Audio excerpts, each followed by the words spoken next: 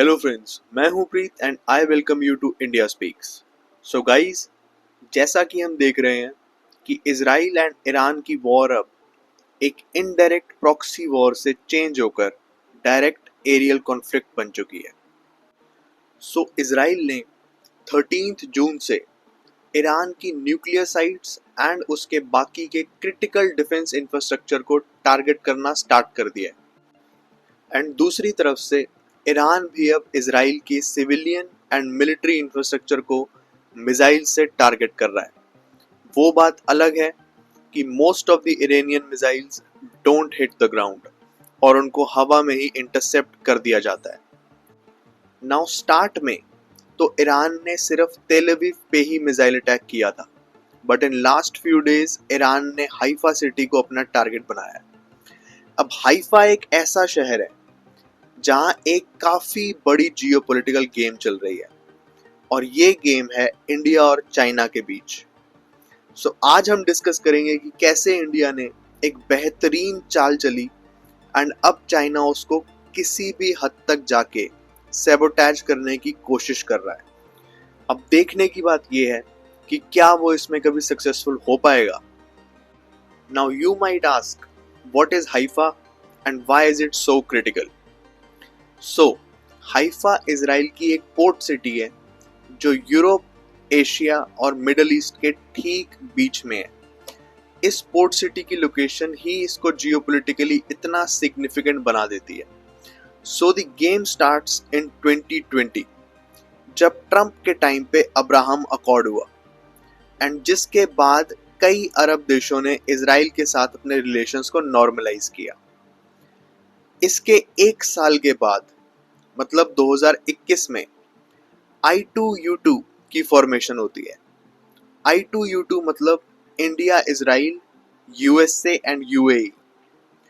और इसके बाद इंडिया एक चेस मूव चलता है जब 2023 में अडानी ग्रुप 1.2 बिलियन डॉलर्स में हाइफा पोर्ट का मेजॉरिटी स्टेक एक्वायर कर लेती है। And that's where we have touched the nerve of China, because India ने एक ऐसा पोर्ट एक्वायर किया है जो वर्ल्ड का one of the major ports बन सकता है आने वाले कुछ समय में।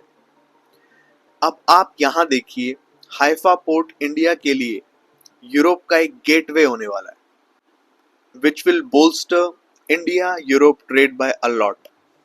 इस कॉरिडोर का नाम है IMEC, that is India Middle East corridor. This corridor runs from Mumbai to UAE, जहां से रोड एंड रेल रूट से सऊदी अरेबिया होते हुए it will reach to the Haifa port of Israel and then to a Greek port जहां से finally Europe connect होगा। And ये corridor एक डायरेक्ट राइवल है चाइना के सिल्क रूट प्लान्स का। एंड बात सिर्फ यहाँ खत्म नहीं होती, टर्की को भी बहुत नुकसान हुआ है इस इंडिया मिडल ईस्ट कॉरिडोर से, बिकॉज टर्की की जो मोस्ट इम्पॉर्टेंट सिटी है दैट इज इस्तांबुल, जिसको हिस्टोरिकली कॉन्स्टेंटिनोपल भी बोला जाता है, वो ही आज तक यूरोप और एशिया के बीच में एक लिंक था। सो पहले तो टर्की ने इंडिया को बोला कि आप टर्की को बाहर नहीं रख सकते इस कॉरिडोर से, but when all that failed तो टर्की ने एक ऑल्टरनेट ट्रेड रूट भी बनाया। But let's not talk about the Turkey's plans because they are not worth discussing.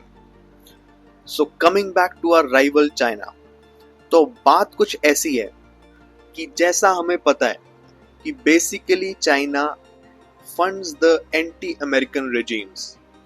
So China has been funding Iran since years now.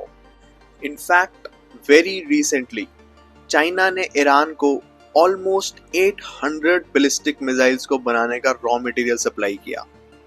And China has a huge influence on Iran.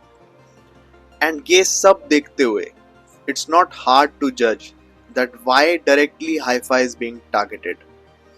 Even some so-called experts in Pakistan celebrate when Haifa port gets targeted, because चाहे वो China हो या पाकिस्तान, कोई भी Haifa port को successful होते नहीं देखना चाहता, बिकॉज हाइफा पोर्ट की सक्सेस इंडिया की इकोनॉमिक जर्नी का एक मेजर माइलस्टोन बन सकता है।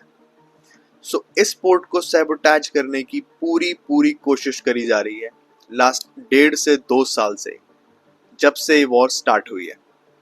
इवन दो हाइफा की oil refinery and university buildings पर मिसाइल अटैक हुए हैं, but till now the port is safe because mostly सब मिसाइल्स को इंटरसेप्ट कर लिया गया है। But the threat stays and it is very real. Personally I don't think this nexus would be able to harm Haifa port. बहुत जल्द ये war अब खत्म होगी and it would be business as usual. And Haifa port पे हम आने वाले कुछ सालों में हेवी कार्गो ट्रैफिक विटनेस करेंगे एंड ये इंडिया की प्रोस्पेरिटी एंड मैरीटाइम सिक्योरिटी के लिए एक पिवटल रोल प्ले करेगा। सो चलो गाइस, आज की इस वीडियो में बस इतना ही रखते हैं। अगर आपको मेरी वीडियो अच्छी लगी हो तो प्लीज लाइक शेयर सब्सक्राइब करो चैनल को। See you in the next video.